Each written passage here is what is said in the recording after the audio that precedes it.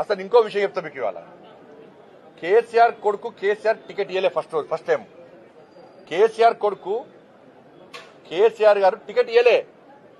అక్కడ సుధాకర్ గారు పోటీ చేస్తే ఇదే కేసీఆర్ కొడుకు పోయి సీఎం రమేష్ గారు కలిసి నాకు మొన్న పార్లమెంట్ కలిసినప్పుడు ఇప్పుడు సీఎం రమేష్ గారికి చెప్తే సీఎం రమేష్ గారు వచ్చి కేసీఆర్ కలిసారు.